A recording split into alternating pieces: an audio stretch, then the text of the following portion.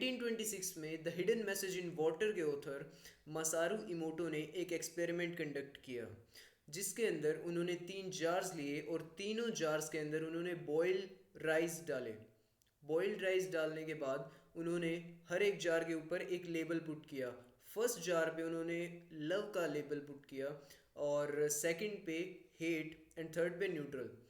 वो बेसिकली क्या करते थे, उन्होंने तीनों जार्स को अलग अलग किया, हर एक जार को एक अलग कमरे में रखा, और जिस तरीके का लेबल उन्होंने लगाया था हर जार पे, वो उसी तरीके के थॉट्स और एटीट्यूड लेकर वैसे ही वर्ड्स उस जार को बोलते थे।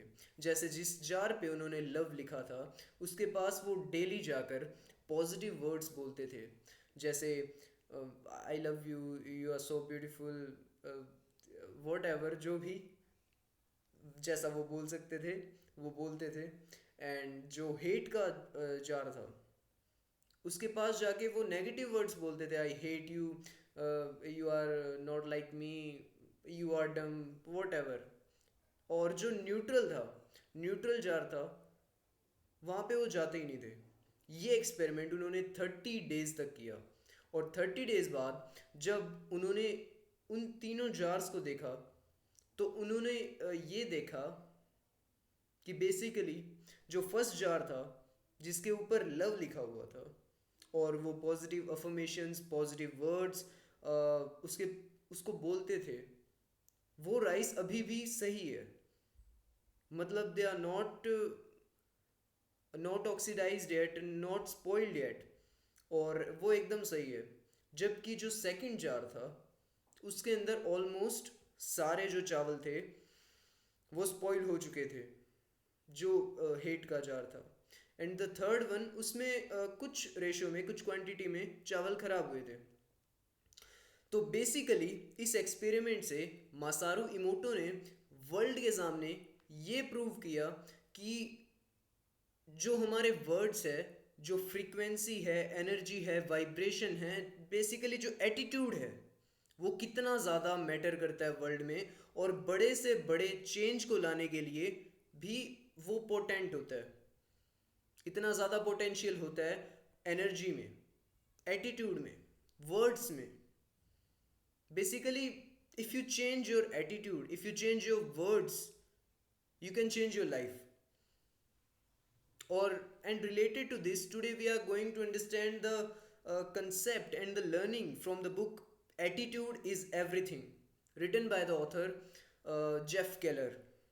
जेफ केलर ने इस बुक को लिखा है, और आज हम इसी बुक के बारे में और इसके अंदर जो कंसेप्ट है उस उनको जानने की कोशिश करेंगे।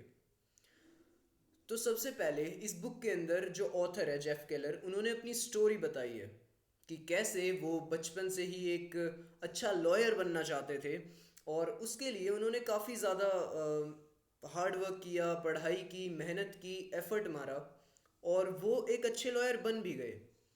बट प्रॉब्लम उनके साथ ये हुई कि जैसा उन्होंने एक्सपेक्ट किया था कि लाइक जो उनका ड्रीम था, जो वो लोगों को सर्विस देना चाहते थे एज अ लॉयर, वो उसमें फेल हो रहे थे। जो उन्होंने एक्सपेक्ट किया था अपनी जॉब के अंदर, उन्हें वो नहीं मिल रहा था, जिसकी वजह से वो अपने प्रोफेशन में, वो पैशन नहीं रहा उनका अपने प्रोफेशन में। उन्हें मज़ा नहीं आ रहा था अपने काम में। वो डिप्रेस्ड रहने लगे थे। जैसे जैसे उन पे वर्कलोड बढ़ता गया, वैसे वैसे वो और ज़्यादा सैड और डिप्रेस्ड रहने लगे उस टाइम के दौरान, जिस टाइम में वो 28 के थे। उनकी एज थी 28, और उन पे इतना ज़्यादा वर्कलोड था, और वो लाइक इतना दबे हुए थे उस बोझ के नीचे कि उनकी बॉडी पे भी वो सिम्टम्स क्लियरली देख पा रहे थे लोग। और लोग उन्हें कहते भी थे कि आप 28 की एज में 40 के दिख रहे हो। और इसी वजह से वो अपना काम भी ठीक से नहीं कर पा रहे थे, और खुश तो रहना उन्होंने बंद कर दिया था। और ऐसे ही एक दिन जब रात को उन्हें नींद नहीं आ रही थी, तो वो टीवी देख रहे थे, और टीवी में उन्होंने एक ऐड देखा था एक प्रोडक्ट का, जिस प्रोडक्ट का नाम था मेंटल बैंक। टीवी एड में उन्होंने उस प्रोडक्ट के बारे में ये देखा कि बेसिकली ये जो प्रोडक्ट है ये लोगों के सबकॉन्शियस बिलीफ को चेंज करता है और उनकी लाइफ में पॉजिटिव चेंज लाता है। अब यूजुअली तो ऑथर इन सब चीज़ों से दूरी बना कर रखते थे और इन सब चक्करों में ज़्यादा नहीं पड़ते थे, बट बिकॉज उस टाइम स्पैन के दौरान वो काफ़ी डिप्रेस्ड थे और उन्हें कैसे भी करके अपनी लाइफ में चेंज चाहिए था एट ऑल कॉस्ट। तो उन्होंने सोचा कि वो इस प्रोडक्ट को खरीदेंगे।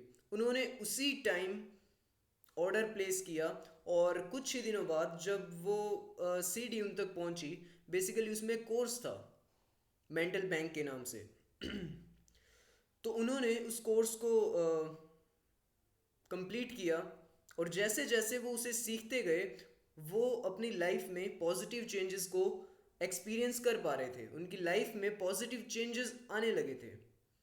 और उसी चीज़ से एक्सपीरियंस गेन करके उन चीज़ों को सीख के और अपने एक्सपीरियंसेस को और ज़्यादा ऐड करके लोगों से उस चीज़ के बारे में जानकर उन्होंने ये बुक लिखी थी, एटीट्यूड इज़ एवरीथिंग। और अब हम इसी बुक के बारे में और बात करते हैं जिसका फर्स्ट लेसन है, वो है you are a human magnet.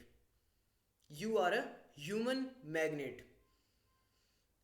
जिस तरीके की पर्सनैलिटी आप हो, जैसे इंसान आप हो, आप जैसी चीज़ें सोचते हो, जैसे एक्शंस लेते हो, जैसी वाइब्रेशंस आप रिलीज करते हो, जो आपकी वाइब्रेशंस है, आप वैसी ही चीज़ों को, वैसी ही पर्सनैलिटीज़ को, दोस्तों को, कोई भी जेंडर को या कोई भी मेटेरियलिस्टिक चीज़ को अट्रैक्ट करते हो, उसी वाइब्रेशन की चीज़ को।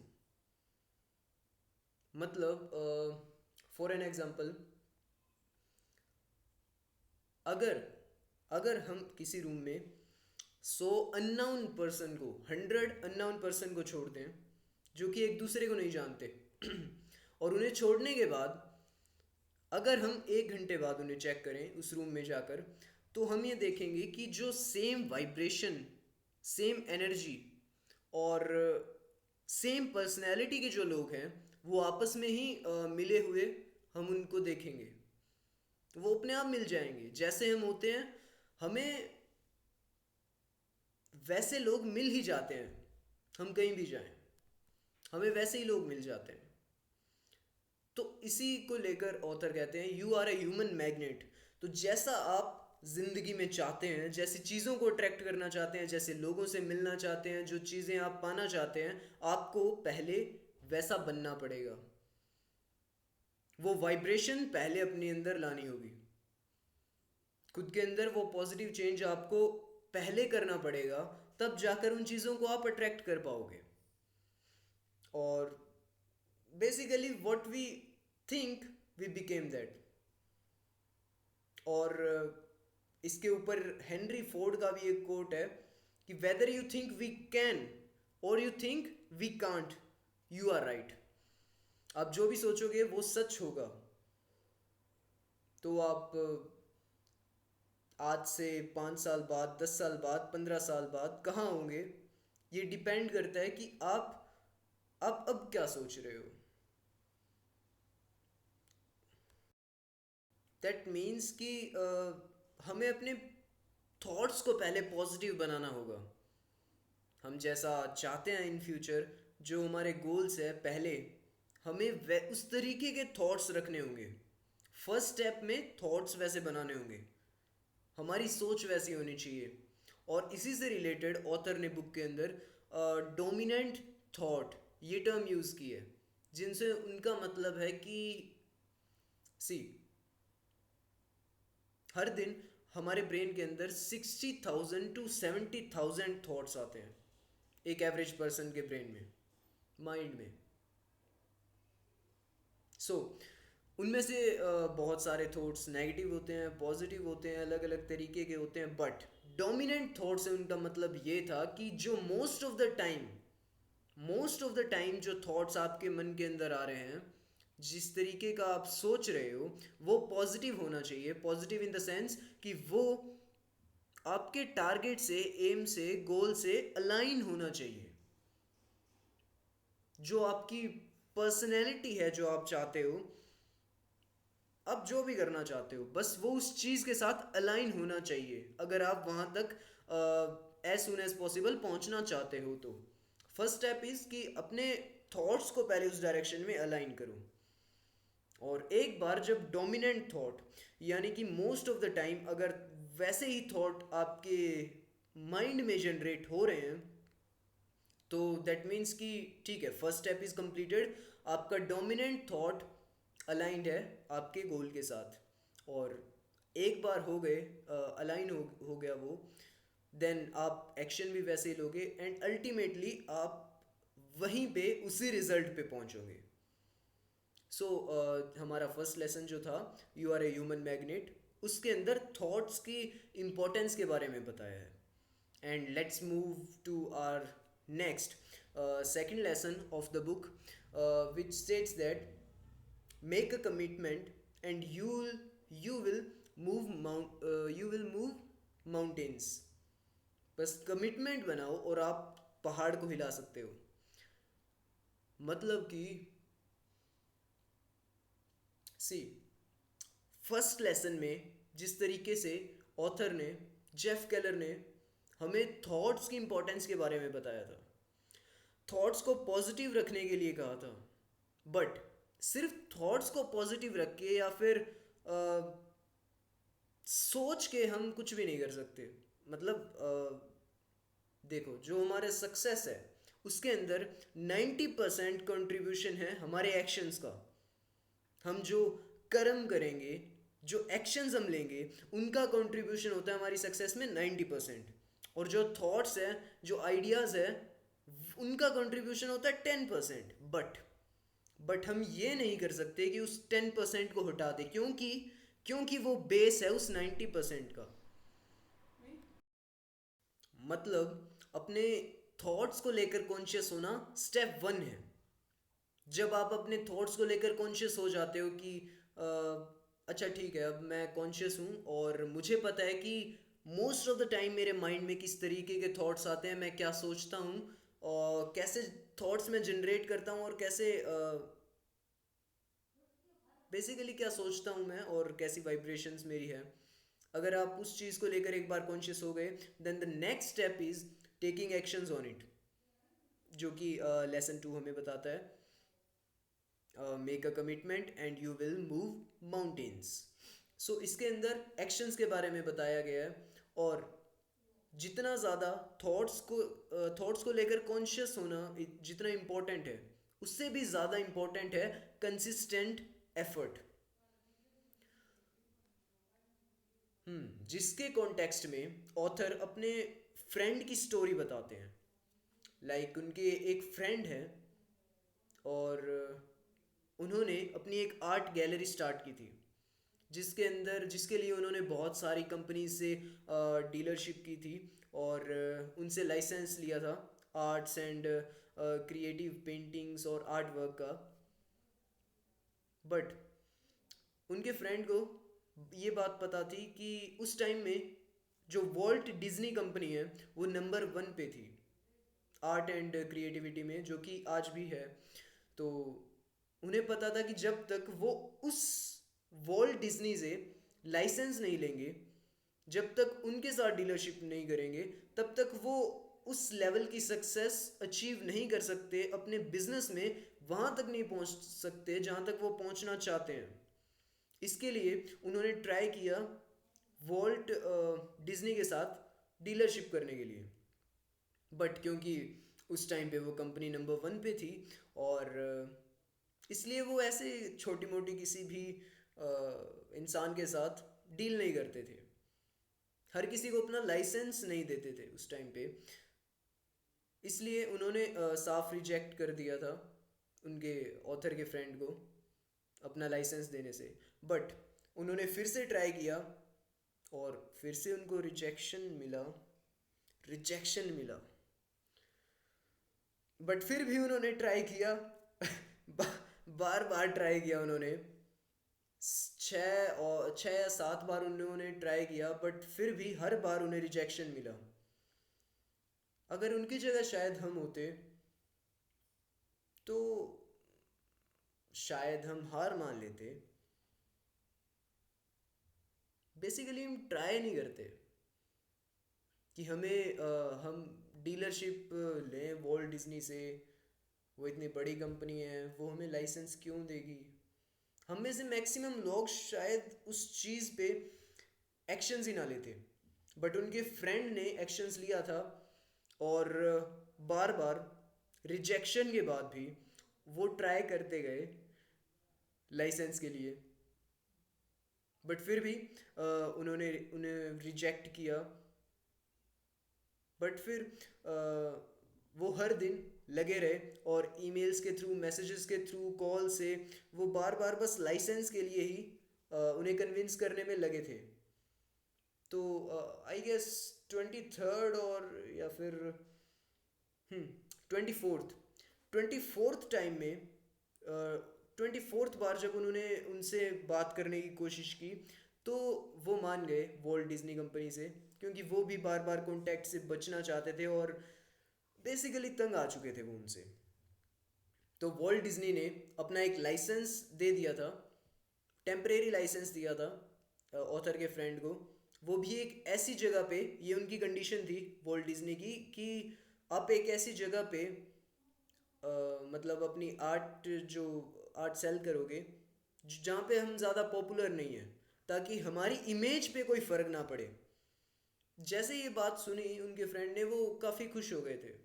और जिस जगह पे वो अपना लाइसेंस दे रहे थे, अगले ही दिन ऑथर के फ्रेंड वहाँ पे गए फ्लाइट से, और वहीं पे एक बहुत बड़ा एक मेंशन खरीद लिया, जहाँ पे वो अपना आर्ट वर्क सेल कर सकते हैं। और वो बहुत ही ज़्यादा पैशनेट थे उस चीज़ को लेके। और जब वॉल्ट डिज्नी को ये बात पता चली, तो उन्होंने अपना जो परमानेंट परमानेंट लाइसेंस होता है, वो भी ऑथर के फ्रेंड को दे दिया था। और कुछ ही टाइम बाद, कुछ ही सालों के बाद में, न्यूयॉर्क के अंदर सबसे बड़े सक्सेसफुल इंसान बने थे वो, आर्ट्स आर्ट्स में, आर्ट गैलरीज में। मतलब ये चीज़ से हम ये सीख सकते हैं कि पॉजिटिव माइंडसेट, एटीट्यूड बहुत ही ज़्यादा इम्पोर्टेंट है। बार बार मना कर रहा है, इतनी बड़ी कंपनी है, वर्ल्ड की नंबर 1 कंपनी, मैंने अभी अभी अपना बस एक आर्ट गैलरी स्टार्ट की है, फिर भी पहली चीज़ तो मेरे में इतना वो दम है कि मैं उनसे लाइसेंस मांगूंगा, मुझे उनका लाइसेंस चाहिए।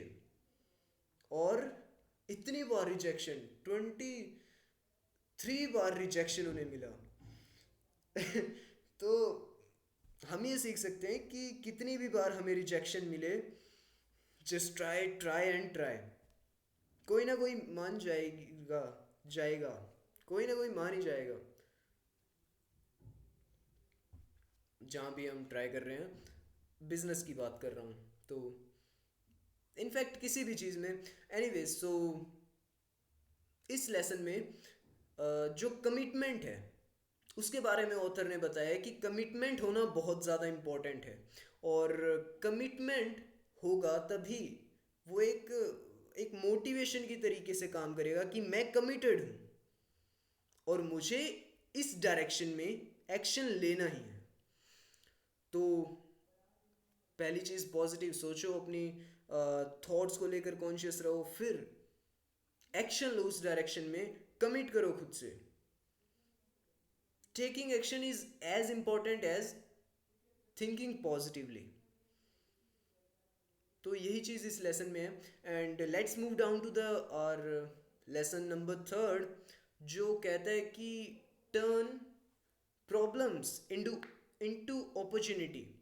यानी जो आपकी प्रॉब्लम्स है, उनसे परेशान होने की बजाय, उनसे भागने की बजाय, उनसे लड़ो और उसमें अपॉर्चुनिटी देखो।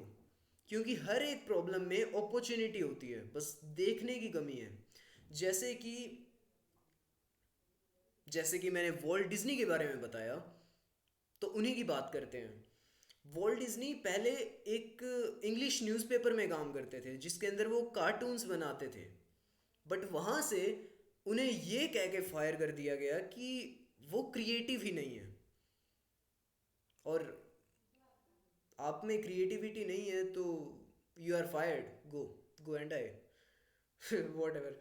तो उन्हें ये बोल के फायर कर दिया। बट वो परेशान नहीं हुए, वो सेल्फ डाउट में नहीं गए कि मैं डिज़र्व करता हूँ या नहीं करता, मुझ में स्किल है या नहीं है। उन्हें खुद पे पूरा कॉन्फिडेंस था, और उन्होंने उस प्रॉब्लम को अपॉर्चुनिटी की तरह देखा। उन्हें टाइम मिल गया और उन्होंने वॉल्ट डिज्नी नाम से ही, अपने नाम पर ही कंपनी स्टार्ट की, जो कि उस टाइम से लेकर आज तक वर्ल्ड की number 1 art and creative companies में से एक है। एनिमेशन कंपनी है क्या, आर्ट, जो भी है, नंबर 1 कंपनी है भाई। सो एंड अगर हम बात करें ऑथर की भी, तो उन्होंने भी, उनकी लाइफ में भी प्रॉब्लम चल रही थी जब वो लॉयर थे। उनकी लाइफ में अगर प्रॉब्लम ना होती तो शायद वो आज वहीं बैठे रहते, लॉयर की तरह ही अपनी ज़िंदगी बस निकाल रहे होते ऐसे ही, डिप्रेस्ड और सैड मूड में ही उनकी लाइफ शायद वेस्ट हो जाती। बट उन्होंने प्रॉब्लम को अपॉर्चुनिटी की तरह देखा। उनकी उनका जब माइंड सेट चेंज हुआ, जो एटीट्यूड उनका बदला, उसके बाद उन्होंने उन्होंने जॉब को क्विट किया और ये बुक लिखी, एक एक सक्सेसफुल मोटिवेशनल स्पीकर बने और लाइफ कोच बने। तो उन्होंने भी प्रॉब्लम को अपॉर्चुनिटी की तरह देखकर खुद की लाइफ को चेंज किया। ये था हमारा लेसन 3। एंड अगर हम बात करें लेसन 4 की, जो कि लास्ट लेसन है, बट बहुत इंपॉर्टेंट है, जो अगेन वर्ड्स की इंपॉर्टेंस पे आता है, जो कहता है your words blaze a trail. आपके words, what you say, you become what you say, you become what you say. जो आप बोलते हैं वो आप बन जाते हैं, होता है ऐसा। आप, क्योंकि जो आप बार बार बोलोगे वो धीरे धीरे आपके ही सबकॉन्शियस बिलीव में बैठ जाएगा। आपका बिलीफ सिस्टम ही उस तरीके से काम करने लगेगा। आपके जो जो थॉट्स हमें दिखते हैं, जो 90% थॉट्स हैं, उनकी पावर एक्चुअल में 10% है। बट जो थॉट्स हमें दिखते नहीं हैं, जो थॉट्स सिर्फ 10% है, उनकी पावर 90% है। ये एक पिरामिड की तरह है। जो हमारे सबकॉन्शियस बिलीफ है, जो हमारे 10% थॉट्स हैं, वो है बेस, है 10%, बट उनकी पावर 90% है। और जो ऊपर टॉप पे हमारे थॉट्स आएंगे, जो 90% कवर करते हैं बट पावर 10% है, वो इसी बिलीफ पे, इसी के अकॉर्डिंग वो बिल्टअप होते हैं। अगर आपके सबकॉन्शियस बिलीफ में कोई चीज़ बैठ रखी है, कोई भी नेगेटिव चीज़, तो वो आपको लाइफ के हर एक फील्ड में, हर एक एस्पेक्ट में आपको साइड इफेक्ट देखने को मिलेगा उस चीज़ का, कहीं ना कहीं वो चीज़ आपको अंदर से चुभेगी, क्योंकि वो आपका सबकॉन्शियस बिलीव है। बेस में भी वो, अगर आपके बचपन में वैसी चीज़ आपके ब्रेन में बैठ गई है, या जो भी रीज़न है, बट सबकॉन्शियस बिलीफ बेसिक्स हैं। तो जो हम बार बार बोलते हैं, सुनते हैं या फील करते हैं, जो भी हमारे ब्रेन तक जो सिग्नल बार बार पहुंचता है, धीरे धीरे वही हमारा बिलीफ बनने लगता है। हमारी बॉडी को नहीं पता क्या सही है क्या गलत। बॉडी मतलब सबकॉन्शियस माइंड की बात कर रहा हूँ मैं। उसे नहीं पता क्या सही है क्या गलत। आप जो उसे रीप्रोग्राम करने के लिए जो भी आप उसे ऑर्डर दोगे या कहोगे, वो उसे ही मानने लगेगा। तो आपको बस रिपीटेटिवली ये ट्रांसफॉर्म करना है, खुद को प्रोग्राम करना है अपने माइंड को। और इसी चीज़ से रिलेटेड नेपोलियन हिल ने एक पूरी बुक लिख दी, थिंक एंड ग्रो रिच। मतलब काफ़ी ज़रूरी है वर्ड्स, इन शॉर्ट कहूँ तो। बेसिकली इन्हीं 4 जो ये लेसन है, इसी पे एटीट्यूड इज़ एवरीथिंग जो बुक है, वो हमें यही चीज़ें सिखाती है। फर्स्ट थिंक पॉजिटिव, अपने थॉट्स को लेकर कॉन्शियस रहो, और थॉट्स को अलाइन करो पहले अपने गोल्स की डायरेक्शन में। देन थॉट्स अलाइन होने के बाद में उन्हीं थॉट्स को बेस बनाकर उन पे action low. And third thing, commitment आपने कर लिया, उसके बाद में थर्ड थिंग है कि आप अपनी प्रॉब्लम्स जो आए उनको अपॉर्चुनिटी में ट्रांसफॉर्म करो, उन्हें अपॉर्चुनिटी की तरह देखो और उनसे मैक्सिमम आउटपुट निकालने की कोशिश करो। And the fourth thing again is positive रहो, वर्ड्स की अहमियत को समझो और पॉजिटिव वर्ड यूज़ किया करो। जैसे कि वीडियो के स्टार्टिंग में मैंने मसारो इमोटो के एक्सपेरिमेंट के बारे में बताया था, वो भी वर्ड्स की इम्पोर्टेंट को ही शो करता है, उसी की इम्पोर्टेंस को बताता है। सो इसी बारे में थी ये attitude is everything book by the author Jeff Keller. And yes, that's all for today guys, and that's all. And you know what, I love you all यार, love you all. All right, stay hard guys, मिलते हैं आपसे next video में। Till then stay hard.